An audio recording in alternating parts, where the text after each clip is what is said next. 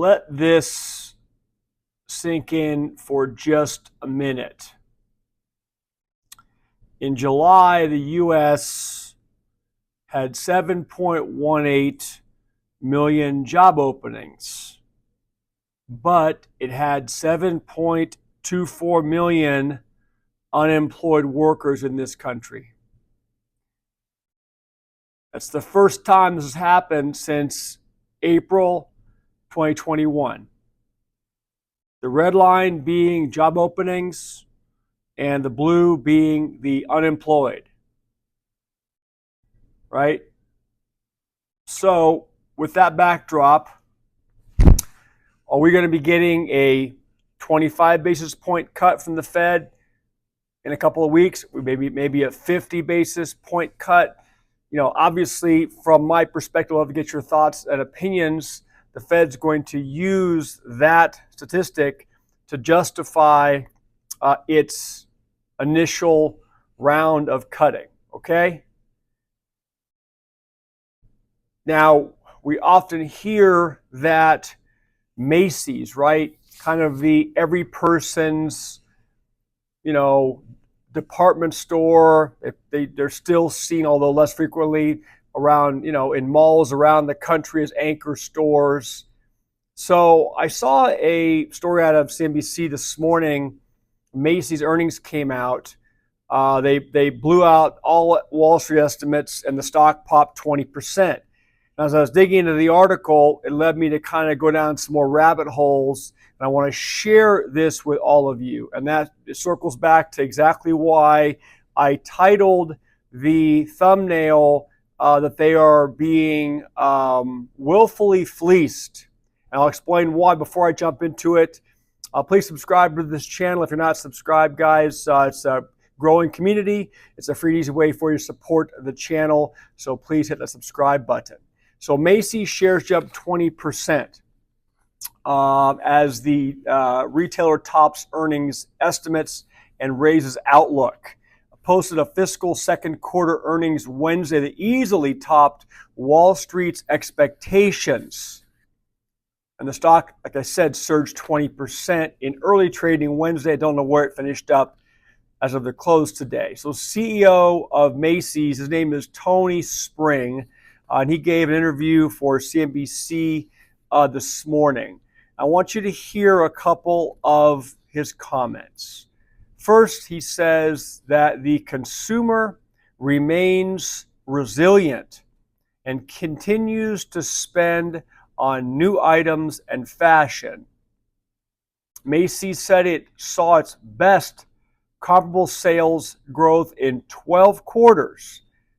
And Spring said the retailer strategy is leaning into business segments that are working to keep its momentum going, including growth in denim, women's contemporary apparel, and watches. So the company brought in revenue of $4.81 billion in the second quarter.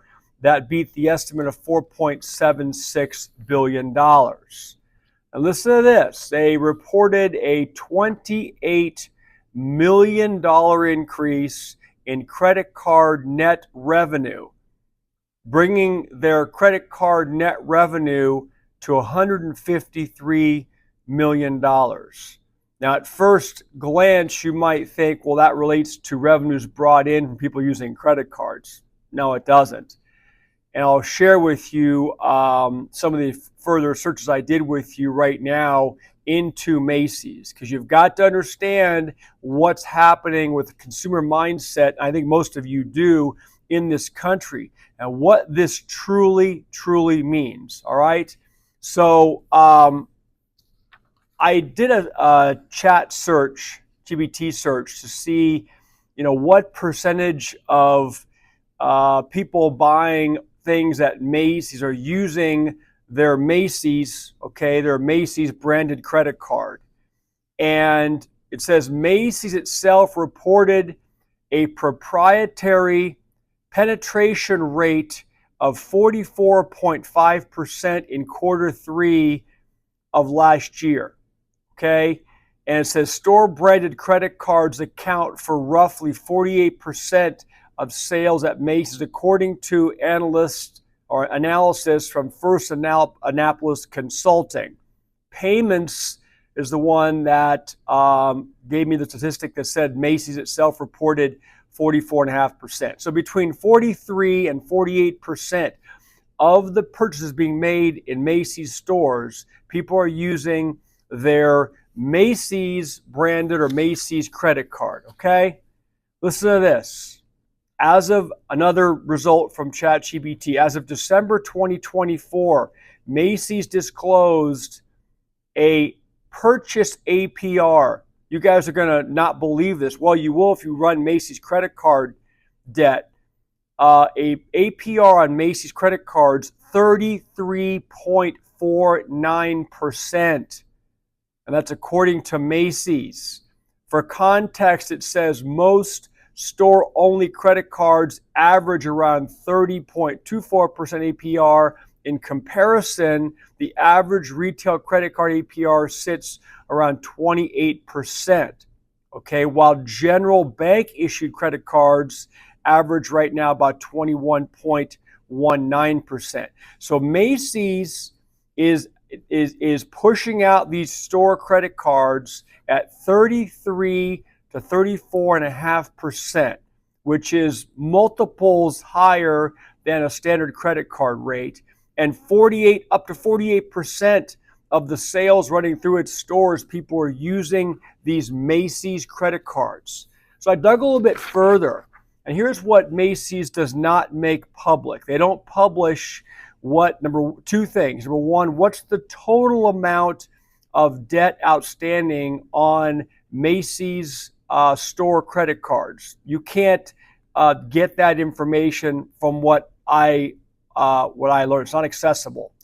And then I asked, what is the delinquency rate for Macy's credit card debt holders, right? How late are they going? Are they defaulting? And it says in August, you have to go back to August 2023 to get something from Reuters that said in August 2023, a Reuters report cited the U.S. department stores, including Macy's, noted rising credit card delinquencies. Specifically, Macy's delinquency rate jumped 23.1% up to 38.2%, right? So in August 2023, right, and I think it's arguably we're in a much worse situation with consumer debt and delinquencies now.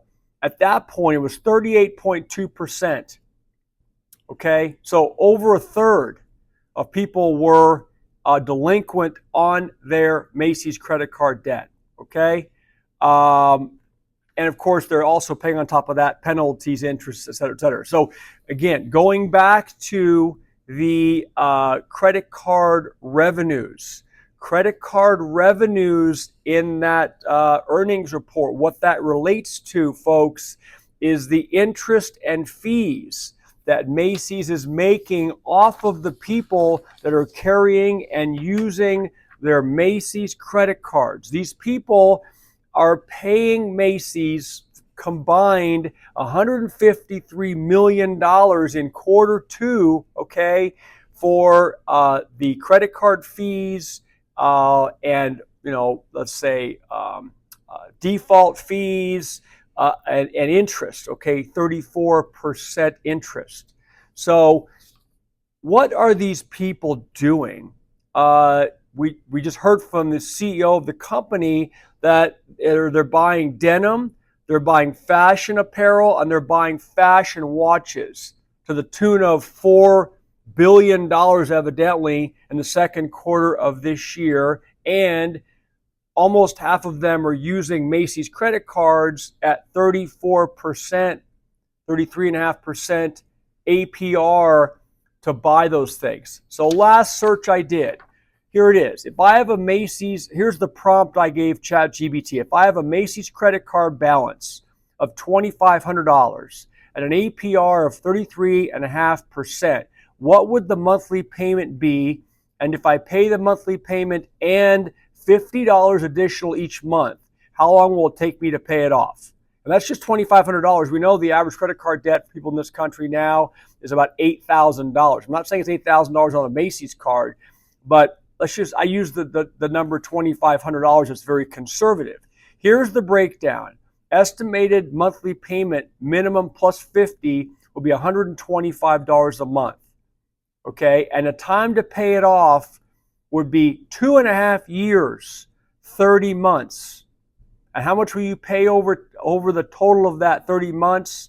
You pay $3,710, $1,210 of interest on top of your original $2,500. So what's that, over 35% you are paying more for that fashion watch, for that pair of jeans that you couldn't live without, whatever other Macy's apparel you're jamming in your closet and financing it with your Macy's credit card. So I just wanted to share that with you, because when Wall Street comes out at CNBC, cheerleading that the consumer's strong, and Macy's is blowing out its earnings estimates, the takeaway is, hey, things are good. But when you dig just a little bit deeper, okay, it's not. And this is, again, we talk about the word preying on. You can't really even use the word preying on people. They're doing this to themselves. These people that are going out and racking up debt at that kind of interest rate so they can spend time in Macy's stores, buying 4, 5, 6 of every item, right? It's a lot of it's their own fault. Okay. So I will leave you lastly with something briefly, again, speaking to the true state of people in this country and the economy. The McDonald's CEO came out on CNBC, I think it was this morning, maybe it was yesterday. I guess they're putting a lot more value items on their menu. And what he says is the reasons for expanding their value menu is because there's growing trouble in the economy. And Chris Kobzensky, the CEO, said the move's in response to growing evidence of a divided consumer landscape. While upper income households continue to spend freely, the rest are struggling. Particularly, he says, with middle and lower income consumers, they're feeling under a lot of pressure right now. It's really kind of a two-tier economy, right? We've talked about this repeatedly on the show, right? Haves, have-nots, Wall Street, Main Street. So again, you see what's going on. And the people shopping again at Macy's fall, for the most part, guys, in these categories. So they are digging, kind of their